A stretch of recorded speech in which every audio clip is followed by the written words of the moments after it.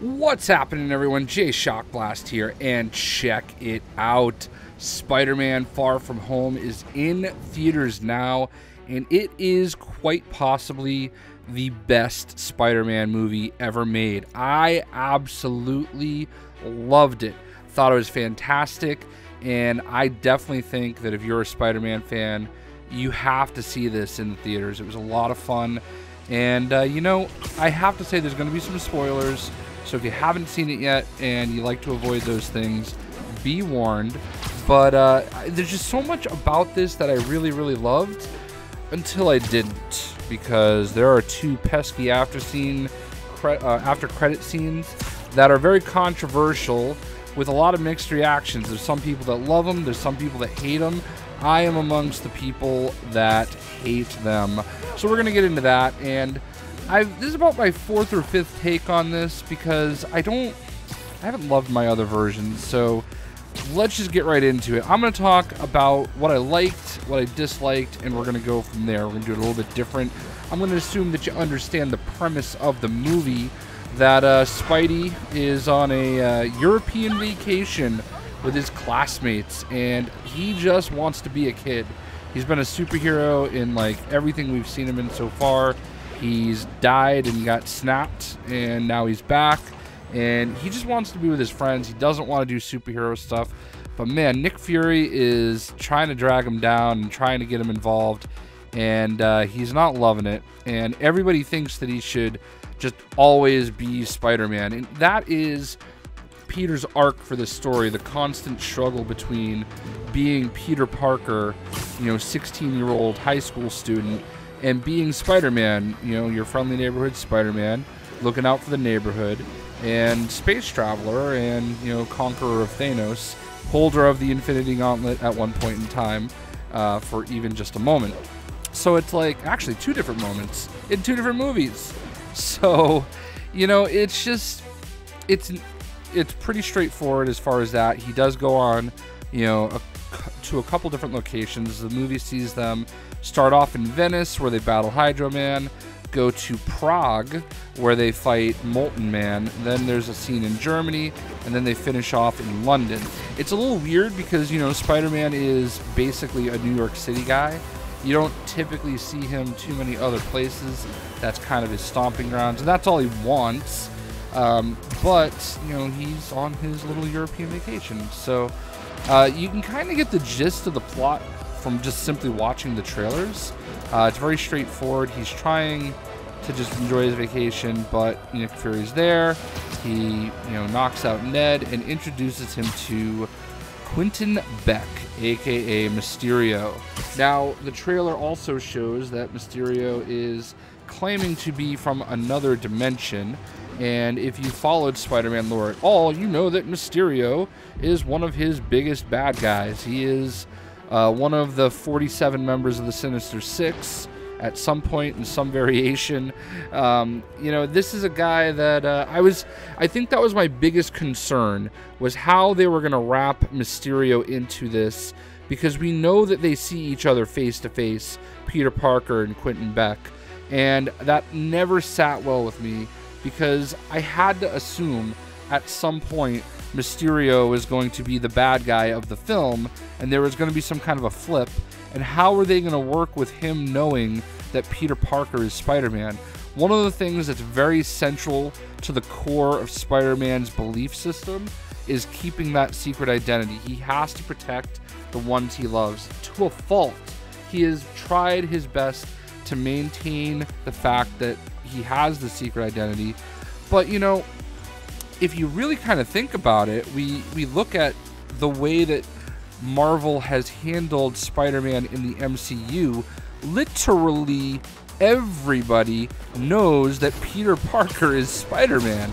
I mean, you know, Iron Man or Tony Stark knows it, Doctor Strange knows it, the entire Guardians of the Galaxy know it, like Captain America knows it, like literally everybody knows that Peter Parker is Spider-Man. So Nick Fury obviously knows it, and sure, why the heck shouldn't one of his biggest villains know it?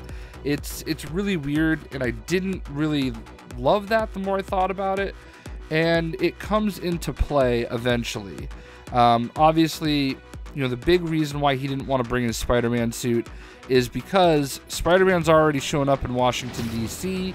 with his friends, and now if all of a sudden Spider-Man shows up in the same city as his friends on this European vacation, you know, red flags are going to go up. So that's why we have the stealth suit where he's all in black and still looks exactly like Spider-Man, you know?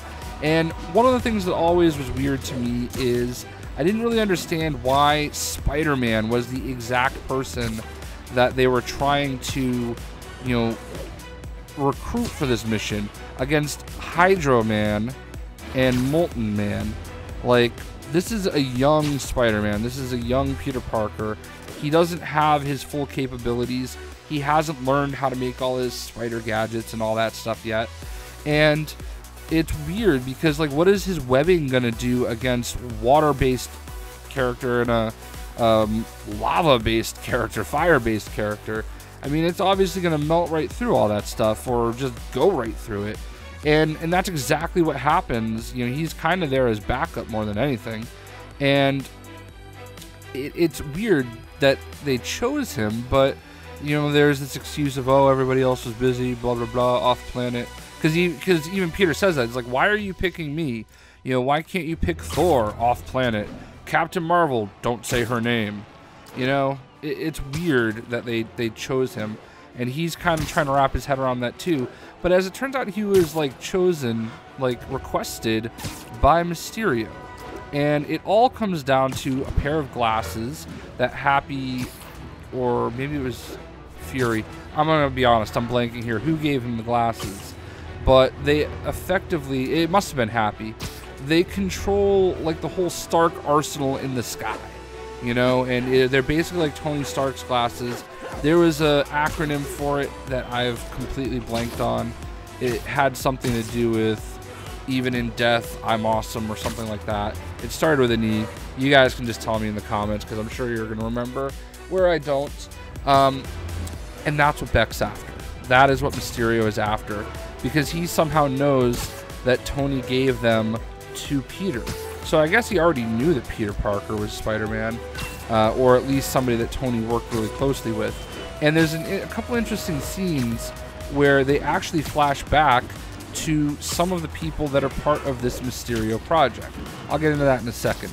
So basically, in Captain America Civil War, there's a scene where Tony is giving a speech at MIT, and he's doing all the holographic stuff. I think he called it BARF, loves his acronyms. And Quentin Beck actually invented that, and he's on the side of the stage watching it in the shadows. And, you know, that was part of where he kind of got frustrated and eventually got fired by Tony Stark also, by the way. And then there's also a scene from the first Iron Man movie where there's a scientist that's trying to make the Ironmonger armor for Obadiah Stane, and he's getting yelled at, and it's the same guy that's there. So there's this collection of former Stark Industries people trying to get those glasses from Peter because they are just lethal. They will give them everything that they need to make Mysterio the hero of the world, if you will. So what is this Mysterio project all about? I thought Mysterio was just a dude. Well, as it turns out, it's all an illusion. Mysterio is the master of illusions. That's his whole gimmick. That's his shtick. He is the Illusionaire, and everything you see in the trailers, all the Hydro Man and Molten Man, they're not even real. They're just illusions. And there's these drones that are controlled by those glasses that they have some of and are using to portray all of these illusions and making everybody think that this has actually happened. Mysterio himself is an illusion. He's not even actually there. He's actually just all the laser beams he's shooting from his hands like he's Doctor Strange and all that kind of stuff. It's not even real. It's all an illusion, and it all kind of comes to a head in Prague, where a piece of that tech gets knocked off, and MJ picks it up and keeps it. So in order to he's always making excuses and disappearing on the group, and you know, MJ thought that they were finally going to have somewhat of some personal time at an opera And when Peter makes another excuse and disappears, she decides she's going to follow him and figure out just exactly what is going on. And what she finds is this huge battle with Molten Man, and they kind of figure it out, or she figures it out. All right, he's Spider-Man. She confronts him, and they kind of go off on this bridge, and she basically says, Peter says, I have something I need to tell you. The whole time, the whole point of the trip, Peter wanted to just tell her how he felt, that he liked her and stuff like that. And right when he's about to say it, she blurts out, "You're Spider-Man." And he awkwardly fumbles it, and he's like, "No, not me. I'm not Spider-Man. No, why would you say that?" And she gives him the tech, and that's when they discover, oh my God, this is all fake. This is all an illusion. Because at that exact moment in time, Quentin and his team are playing back the battle to see how it looked so that they could make it look better the next time they needed to use it. And it is at that point that they realize that piece has fallen off because it's not playing back properly, and they figure out, uh-oh, MJ has it. So it becomes a quest. All right, I've got to kill Peter Parker and all of his friends. So the last time Peter and Fury spoke, they said they were going to Germany. The Germany section of this movie is worth the price of admission by itself. It was phenomenal. It was so good. I loved it. It was exactly what I had hoped a sequence with Mysterio would be. There's just hundreds of Mysterios on the screen, and just he's fighting himself. Spider-Man is fighting himself. His spider sense isn't really triggering. He can't make heads or tails of what's going on. He is just like completely scared and like does not know what to do, and he can't handle it. And he ends up getting hit by a train, and Mysterio thinks he's dead at that point. But man, that scene was phenomenal. It might be one of the best scenes in all of the MCU. I absolutely loved it. Loved the whole Germany sequence. Was even better than the crescendo, the finale in London. It was just phenomenal. It was so well done. I can't wait for people to see it. It's really going to change the way that people think about Mysterio. It's kind of like it's what you would see in a video game. I mean, it's just so good. So, long story short, it all comes to a head in London, and Peter knows he's got to get there to save his friends, and there's this final battle with Mysterio, and Peter has to trust his spider sense, and he does, and in the process, these drones that are he's battling, that are causing the illusions, that are also firing real bullets at him, ends up hitting Quentin Beck, and allegedly he's dead. So that solves that. I guess that's how Peter's secret identity isn't going to get out, even though Quentin had a whole team of other people that also knew that Peter Parker equals Spider-Man. So yeah, man, honestly, I love the movie. I thought it was really great. And then we get to the first mid-credit scene, which I thought was about to be amazing, because all of a sudden, as MJ and Spider-Man are swinging through the city, we get a special breaking news bulletin from J. Jonah Jameson, played by J.K. Simmons, and everybody gets excited because that dude is JJJ. He is him. There's no way around it. That is Jonah Jameson, and he always has to be. And he's in pure form, he's doing his shtick.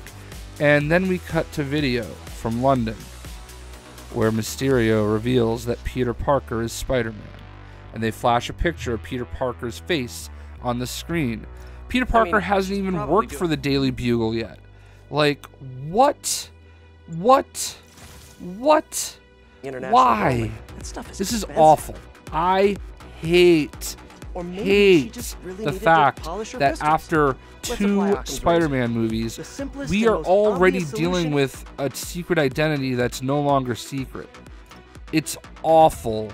Spider-Man keeping his secret identity, as I said before, is so central to his character that it's just it shouldn't even be done at all. But like, you gotta get me like 6 movies in before you do this, because now he's only met Vulture and Mysterio for the most part, and everybody already knows who he is. I'm sure they're gonna find a way to walk this back, but it's not a story that I want to see right now.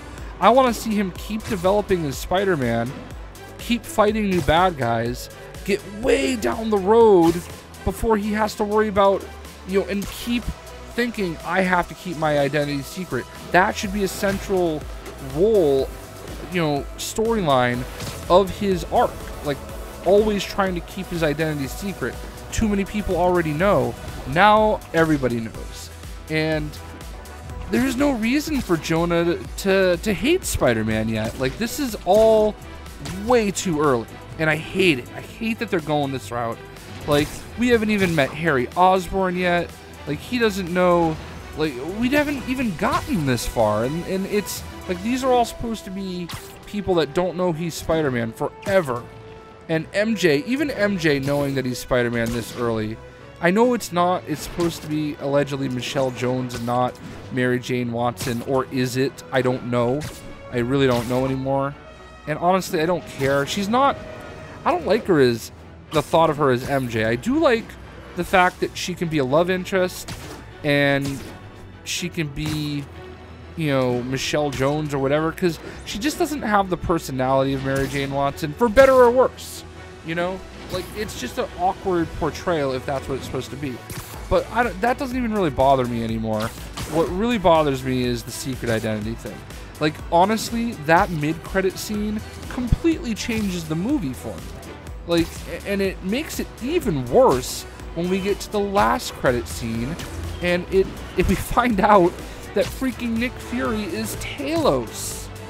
Like, why? Why are we doing the Skrulls as good guys? And that Nick Fury is up in space building some secret base. I don't know if it's going to be the shield tower, you know, in the sky, or whatever it's supposed to be. But he's working with Skrulls, and that, again, I understand the MCU exists separately from the comics, but like, Nick Fury was one of the reasons why the Earth won in the Secret Invasion. He hired Deadpool to kill the Skrull Queen, didn't get credit for it because Deadpool screwed it up, and, you know, this is just, I don't like this direction. I hate both after credit scenes because I think they both completely change what the movie is. If you walked out of this movie before seeing the 2 after credit scenes, you would be on cloud 9. It's the perfect Spider-Man movie, even if it's not New York. But these 2 after credit scenes fundamentally change the movie and Spider-Man, and I hate it. I just don't love that fact. And who knows where they're gonna go from here, alright? We don't know what the next movie is, but I don't like this direction. And that's, like, honestly the only thing that really drags it down for me, and I can't stop thinking about it. I can't stop, like, getting upset about it. I absolutely hate it personally. I would love to know what you guys think. I'm giving this movie an 8.5 out of 10. It is still a phenomenal movie. I'm just frustrated by that. And, you know, honestly, the Skrull thing with Talos and his wife basically being Nick Fury and Maria Hill, it makes some of the weirdness of Nick Fury throughout the movie make even more sense, because Nick didn't seem like he had his fastball in this movie, and it's because it's not even Nick Fury, you know? I feel like a lot of this stuff he would have had all buttoned up nice and neat, but he couldn't do it. So I would say what I love about the movie: Mysterio, phenomenal. Honestly, the best Spider-Man villain portrayal we've seen. Absolutely loved it. Jake Gyllenhaal, fantastic in this movie. Love it. I hope they find a way that he's not dead, because I want to see more Mysterio. Tom Holland is Spider-Man. He is the best Spider-Man. He's fantastic. Love it. And I think it was a really fun movie.